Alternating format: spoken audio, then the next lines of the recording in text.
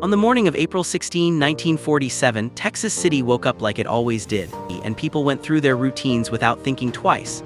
But sitting quietly in the harbor was a ship. The ship was called the SS Grandcamp. It was a French cargo ship, fresh from repairs after World War II, and it looked clean, sturdy, and harmless. Its job was simple: carry fertilizer from Texas to Europe.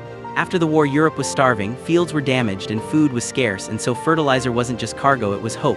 People believed this shipment would help grow food and save lives. And that belief made everyone relax. Deep inside the ship were thousands of paper bags filled with ammonium nitrate fertilizer, about 2,300 tons of it. But what most people didn't fully understand yet was how dangerous it could become when heated and trapped. Around 8 in the morning, dock workers noticed smoke coming from the ship. It wasn't thick black smoke, it wasn't violent or fast, it was thin, drifting upward slowly, almost calmly, and so no one panicked. Small fires happen sometimes, especially on ships, and this one didn't seem serious. And ammonium nitrate doesn't like heat. As steam filled the sealed hold, the temperature rose, the fertilizer began to warm, pressure began to build, but none of this was visible from the outside, and so everything still looked calm. And then something strange happened. People started to gather.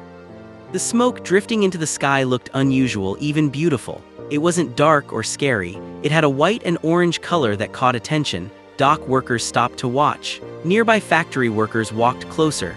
People from town came down to the harbor just to see what was happening.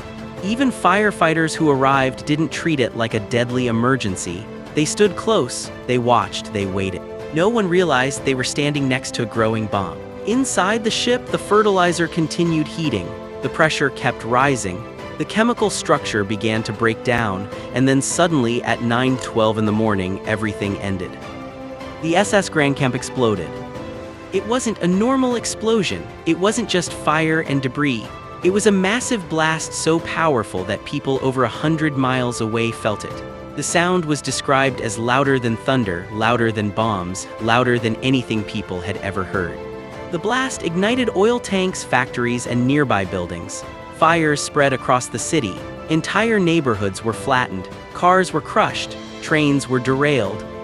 Another ship nearby, the SS High Flyer, was also carrying ammonium nitrate.